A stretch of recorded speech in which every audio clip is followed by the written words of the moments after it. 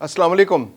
मशरिक़ वस्ता में अमरीकी गुंडा इसराइल एक बार फिर अमरीका पर दबाव डाल रहा है कि वो उसके नाजायज़ मुतालबात को तस्लीम करे। अमरीका की जानिब से इसराइल पर पिछले दिनों ये दबाव बढ़ा था कि वो हमास के साथ सीज़ फायर करे ताकि ख़ित्ते में अमन हो और वो तिजारत कर सके और मशरिक़ वस्ता में जो माल है वो समेट सके। दूसरी जानिब इसराइल अपनी ज़िद पर बरकरार है कि वो गज़ा में फ़लस्तीनियों का सफाया करके, फ़लस्तीनियों का इनखला मुकम्मल करके इसराइल का मुकम्मल कंट्रोल बनाना चाहता है। अमरीकी दौरा नेतन्याहू जब अमरीका जाते हैं तो तबाही की खबर लेकर आते हैं। एक बार फिर इसराइली वज़ीर आज़म नेतन्याहू अमरीका में मौजूद है। अमरीकी सदर से मुलाकातें कर रहा है। अमरीकी सदर से पिछले 3 दिन में उसकी 2 मुलाकातें हो चुकी हैं। अमरीका उससे कह रहा है कि वह हमास से सीज़ फायर कर रहे, जबकि नेतन्याहू एक बार फिर अपनी ज़िद पर अड़ा हुआ है कि वो इसराइल की जानिब से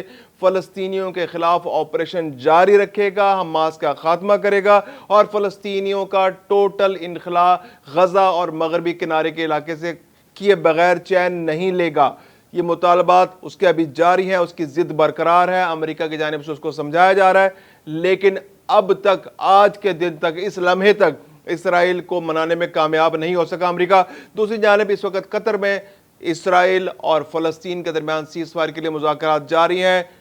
कोई पुरुमीद तो लोग हैं, लेकिन डेडलाइन देने के लिए कोई तैयार नहीं है। किसी के पास कोई टाइम लाइन नहीं है, कोई टाइम फ्रेम नहीं है कि मुज़ाकरात कब तक कामयाब होंगे। मैं हूं खुर्रम कलीम और आप देख रहे हैं 24 डिजिटल। इसराइल जो कि अमरीकी गुंडा है मशरिक़ी वस्ता के अंदर, उसका वज़ीर आज़म जब भी अमरीका जाता है तबाही की खबर लेके आता है। जब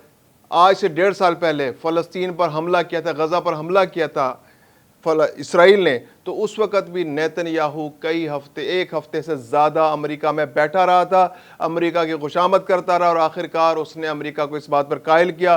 कि वो इसराइल गज़ा को तबाह कर दे, सफ़ास्ती से मिटा दे और वहाँ से तमाम लोगों का इनखला कर दे। और उसके बाद जो जंग शुरू हुई वो आज तक जारी है। इसके अलावा ईरान के ख़िलाफ़ हमले से पहले भी नेतन्याहू अमेरिका में पाया गया था और उसकी डोनाल्ड ट्रंप से मुलाकातें हुई थी और उन मुलाकातों के बाद ईरान के ख़िलाफ़ एक जंग शुरू की गई थी जो ख़ित्ते में तबाही लेकर आई थी। बहुत बड़ी तबाही हुई, बहुत बड़े पैमाने पर तबाही हुई। इसराइल का अपना भी नुकसान हुआ,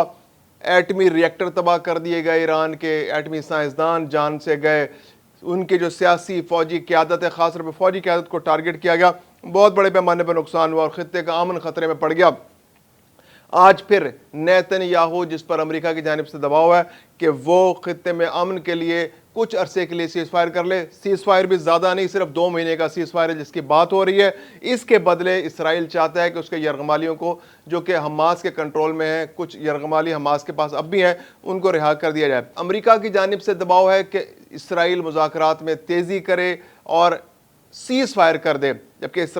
इसराइल अमेरिका को अब इस नुक्ते पर कायल करने की कोशिश कर रहा है कि फौरी तौर पर सीज़ फायर के बजाय जब तक फौजी उनके लोगों को, यरगमालियों को रिहा नहीं किया जाता और इस नुक्ते को टॉप प्रायोरिटी रखा जाए, यानी मुज़ाकरात के आगाज़ से पहले यरगमालियों की रिहाई को मुमकिन बनाया जाए, फिर सीज़ फायर की बात की जाए और सीज़ फायर के बाद जो मतलूबा नताइज इसराइल हासिल करना चाहता है उसको भी वो इंश्योर करना चाहता है, यानी हमास का खात्मा, इसराइल गज़ा से फ़लस्तीनियों का टोटल इनखला, वहाँ से मुकम्मल उनका इनखला और जो भी तामीर नौ गज़ा की हो वो उसके मुताबिक अकॉर्डिंगली हो कि जो इसराइल चाहता है, यानी कि वो जो अमेरिका और उसके इसराइल के मतमय नज़र के ऐन मुताबिक इसराइल जो गज़ा का इलाका है उसकी तामीर नौ की जाए।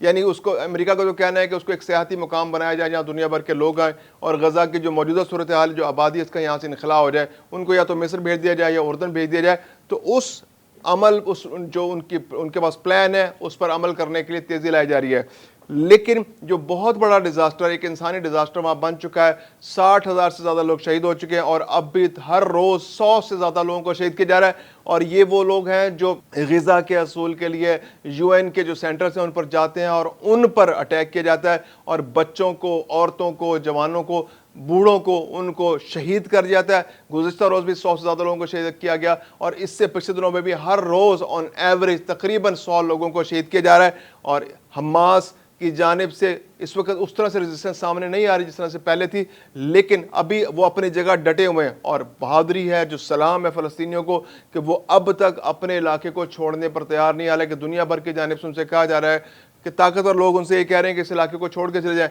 لیکن وہ قربانیاں دیتے ہوئے، شہادتیں دیتے ہوئے اس جگہ پر کھڑے ہو کر پرامن طریقے سے اپنا احتجاج ریکارڈ کرا رہے ہیں، اور اسرائیل اور امریکہ کی جارحیت کا بھرپور انداز سے اپنی جانوں کی قربانیاں دے کر سامنا کر رہے ہیں اور اپنا احتجاج ریکارڈ کرا رہے ہیں۔ قطر کے اندر جو مذاکرات جاری ہیں اس میں بہت جو ملک فیسیلیٹیٹ کر رہے ہیں، امریکہ فیسیلیٹیٹ کر رہا ہے، امریکہ جو مصر فیسیلیٹیٹ کر رہا ہے، قطر فیسیلیٹیٹ کر رہا ہے، تو وہاں پر جو لوگ سہولت کا آ رہے ہیں، یعنی قطر ہے، مصر ہے، امریکہ ہے، ان کو امید ہے کہ یہ مذاکرات کامیاب ہو جائیں گے، اور ان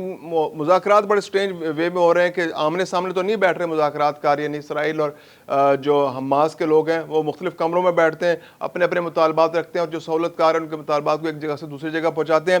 امریکہ نے بھی امید کا اظہار کیا ہے، قطر نے بھی امید کا اظہار کیا ہے کہ جو ڈائریکشن ہے مذاکرات کی وہ درست سمت میں ہے، اور کوئی اچھی خبر مل جائے گی، لیکن نہ امریکہ اس بارے میں شور ہے، نہ ہی قطر اس بارے میں شور ہے کہ کب تک یہ اچھی خبر ملے گی۔ اور اچھی خبر کیا ہے؟ ظاہر سی بات ہے کہ یہ انسانی ڈیزاسٹر جو ہے، یہ جو ایک ٹوٹل کیٹاسٹروفی کی صورتحال وہاں پیدا ہو چکی ہے فلسطین کے اندر، غزہ کے اندر، اس کو روکا جائے، اسرائیلی حملوں کو روکا جائے، کم از کم 60 دن کے لیے کم از کم امن ہو اور لوگ پرامن انداز سے زندگی گزار سکیں۔